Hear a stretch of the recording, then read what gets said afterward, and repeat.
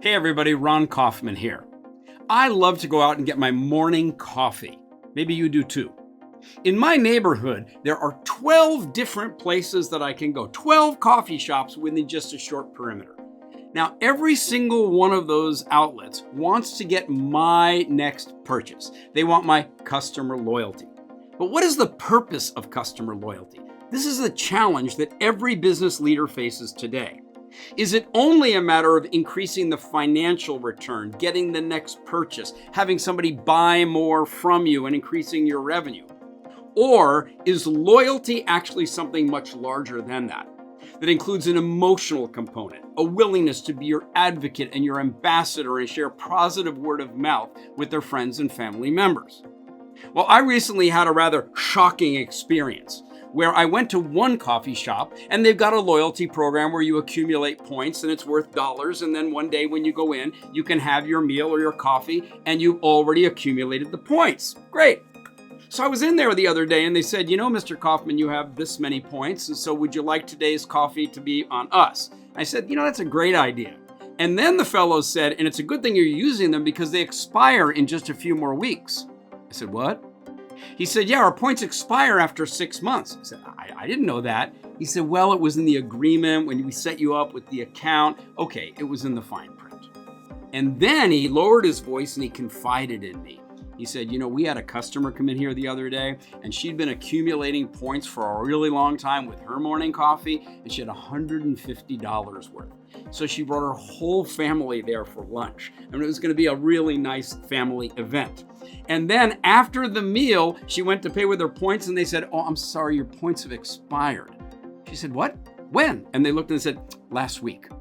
Last week? I spent the last 6 months accumulating the... Well, you can imagine. He looked at me and said, yeah, she was really pissed. Now think about that. The problem is, who is designing your customer loyalty program? If it's only people from the finance perspective, what do we want to get? Increased revenue. Then you could end up actually destroying the other component of loyalty, which is the emotional side. The people who feel like they're your partners, who want to help you win. Now, by contrast, I told you there were 12 coffee shops. One of the other ones has a very different loyalty program. You give them $200 up front, and they give you credit for $220. Now all I have to do is walk in, give them my phone number, they see who I am, they know what the balance is, and I walk out with a coffee without having to pull out my credit card or pay in any other way. Now this is very intriguing because that other coffee shop, after just 2 visits, already knew my name. I thought, well, that's interesting. Why? Because they already have my money. They know that they owe me. And for me, I know that when I walk in, they're going to recognize me. They're going to be glad to see me again. They remember what my drink is. Now think about this for your organization. Who is designing your customer loyalty program? Do they understand that loyalty is so much more than just increasing your revenue and getting the next purchase? We help organizations all over the world design programs like this. Get everybody, including the finance department and the legal department, to think through what does it mean to really create more value for your customers so you get more value from your customers.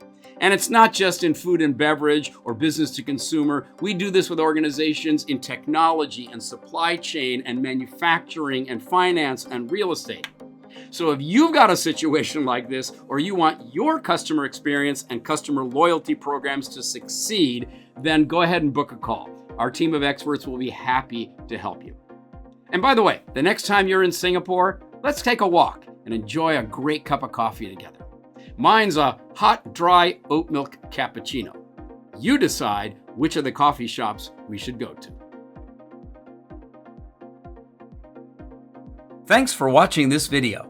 Your dedication to serving better and caring more makes the world a better place for everyone.